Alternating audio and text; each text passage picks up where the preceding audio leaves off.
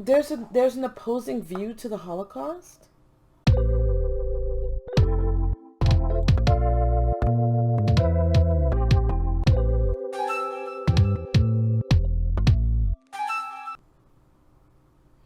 Hello, this is Miss Andrea with Not Another Homeschool Vlog.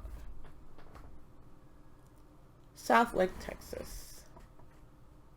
A top administrator in the Carroll Independent School District in Southlake advised teachers last week that if they have a book about the Holocaust in their classroom, they should also offer students access to a book from an opposing perspective,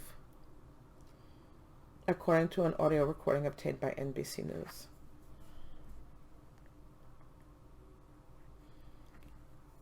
So this administrator in Southlake School District, and what city is this? There's an opposing view to the Holocaust? Like the Holocaust happened or the Holocaust didn't happen? Is this where we're living now? I mean, I've known for years that there are people who like to harass Jews by saying the Holocaust didn't exist. But for an educator to say there should be opposing views to the Holocaust, the Holocaust isn't a political statement. The Holocaust is a fact. I'm seriously worried about the state of education right now.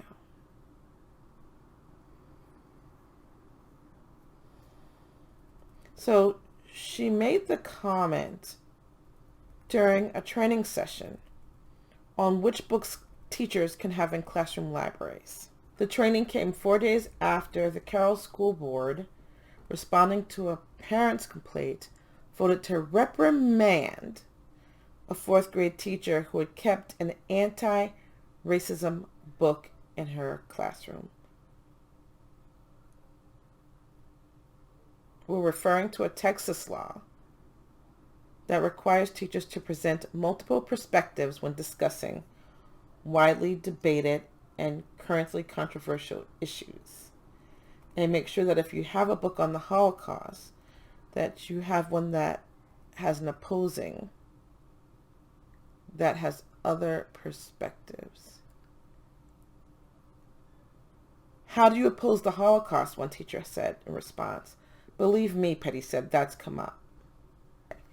America's kids earn disappointing grades on nation's report card.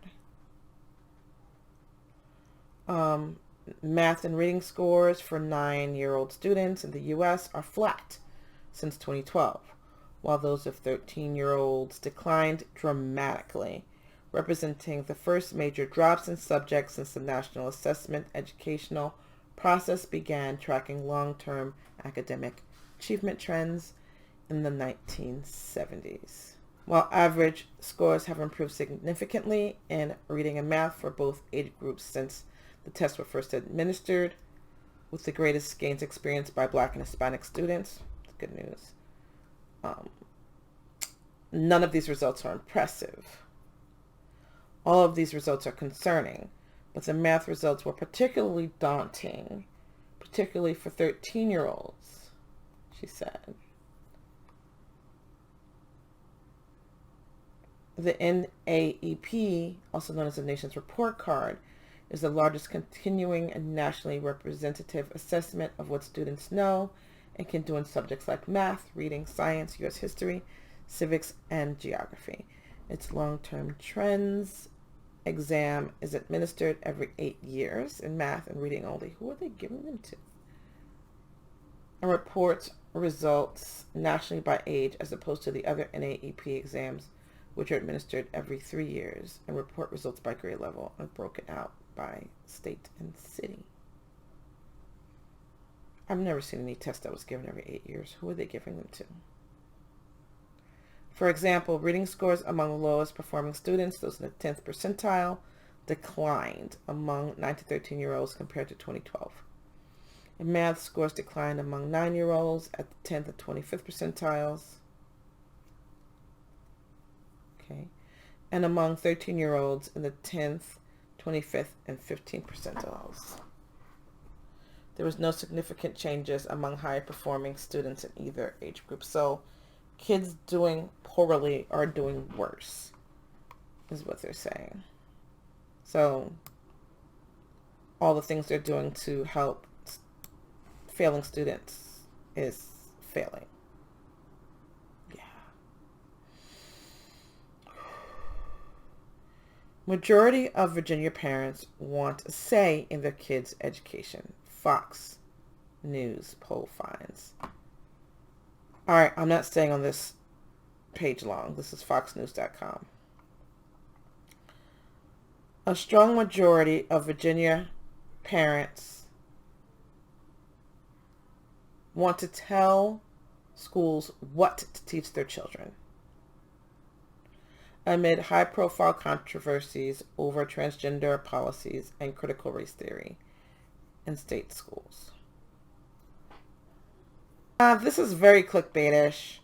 They just put out a poll that says, do you think you should be able to tell schools what to teach? And parents said yes, according to Fox.com.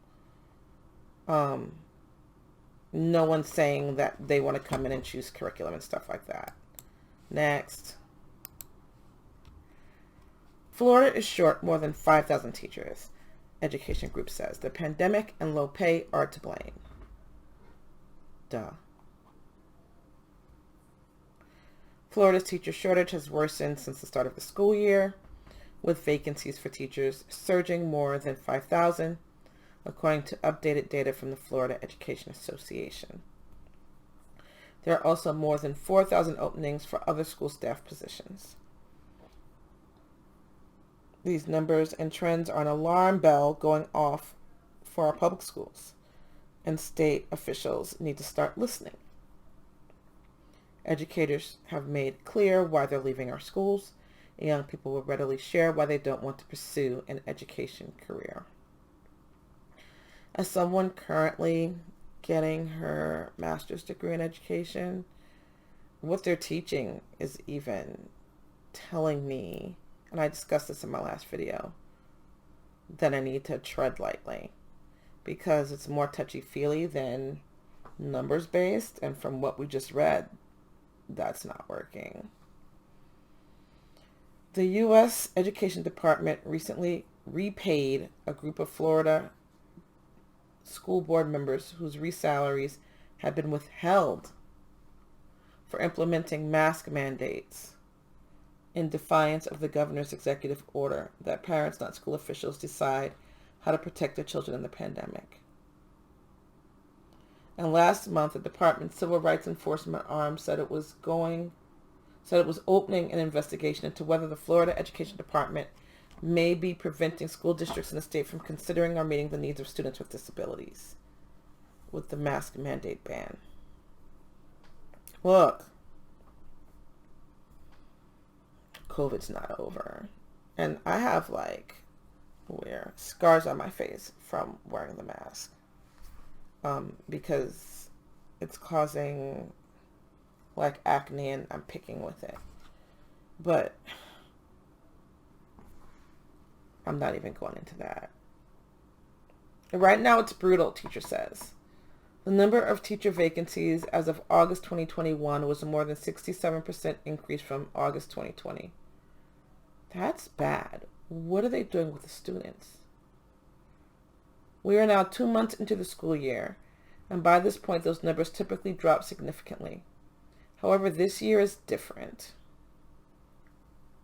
The vacancies come as the pandemic adds stress and exacerbates pre-existing problems, because there's always been problems, said Gretchen Robinson, a reading teacher at Orlando's University High School. Many teachers fell behind last year doing remote learning, and we're double timing it to try to catch them up. Y'all know about brain drain, where the kids go home for the summer and come back to school the next year, and the teacher pretty much has to review the last few months of the previous year before they move on to this year. We just need to start over from 2 years ago now, because the kids just didn't learn enough. And the kids have no patience for us as adults right now. Alarming vacancies in support staff. The FEA also found alarming vacancies in support staff categories, including 75% of all districts advertising openings for bus drivers. I know someone who was a bus driver, and she didn't make any money, so it wasn't worth it. And hundreds of listings for custodians, office managers, and food service workers. To illustrate the severity of the problem, Spar scrolled through several districts' job listings during his video. There are 278 vacancies in Duval County in Northeast Florida, and openings in South Florida's Broward County for 89 elementary, 41 high school, and 25 middle school teachers. Anyone who really, really, really, really wants to teach can do that right now, can't they? Okay. Finally, this was posted yesterday in New York Times. The end of gifted programs. New York City may overhaul its elementary admissions to the selective track. New York City has taken steps toward ending parts of its gifted and talented program. As we look at one community ripped apart by attempts to reckon with racism. Well, y'all know that I couldn't get my child into the gifted program. And when I told them I was going to homeschool, they asked me what made me think I could teach a gifted child. He wasn't gifted until I was ready to take him out of school. In his final 3 months as mayor of New York City, Bill de Blasio unveiled a plan to overhaul gifted and talented education in public elementary schools. The current crop of enrolled students would be the program's final cohort. The highly selective program has been long criticized for feeding racial segregation in the nation's largest school system. Yeah, it's true. Although about 70% of the city's roughly 1 million public school students are Black and Latino, 75% of roughly 16,000 students in gifted elementary classes are white or Asian. I don't care what you think, that number should be racially balanced, because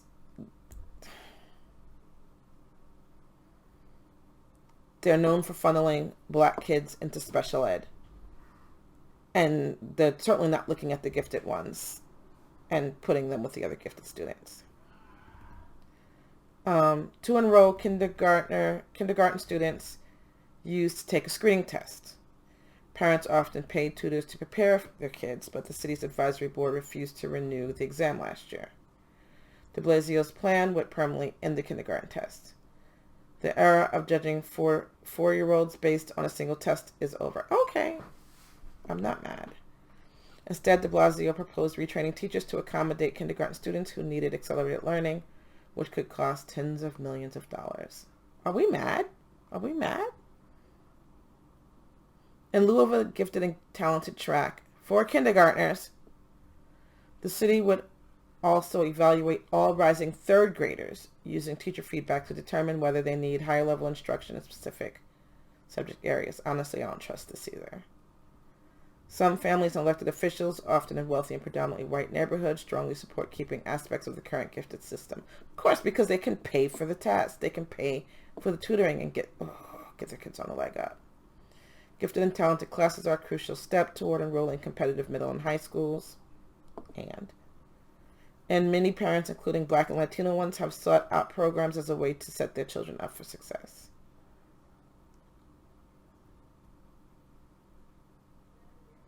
Okay.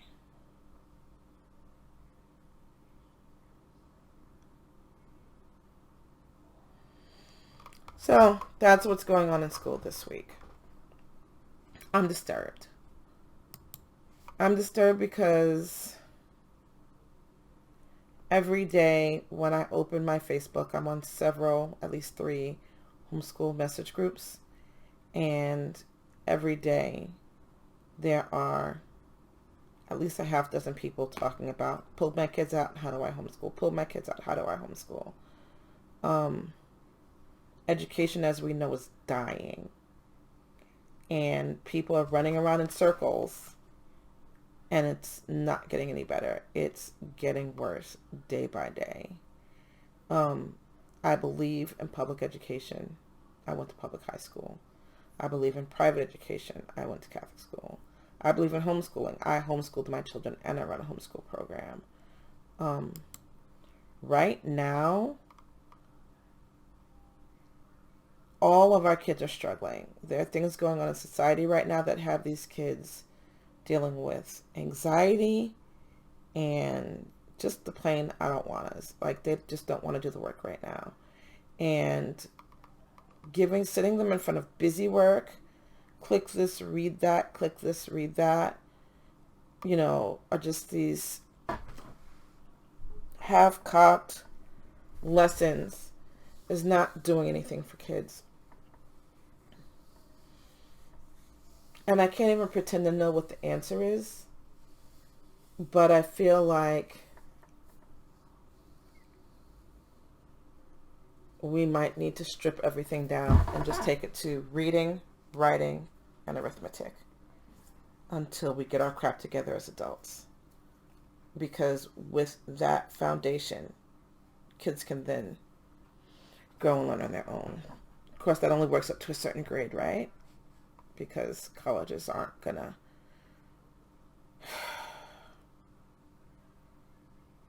Anyway, I'm stressed. Things are just crazy on the education front. I'd love to hear what you think the solutions might be. I'd love to know what you think we do next. Personally, I think more people should consider homeschooling, which means one parent needs to at least work from home, or they need to work schedules that will allow them to still homeschool their kids. Because, I mean, honestly, you're awake 16 hours a day. You could work for 8 hours and homeschool for 4 and still have time to relax. Like, I think each parent has to become responsible for their kids right now because the people in charge are not doing a good job. That's all. Until next time.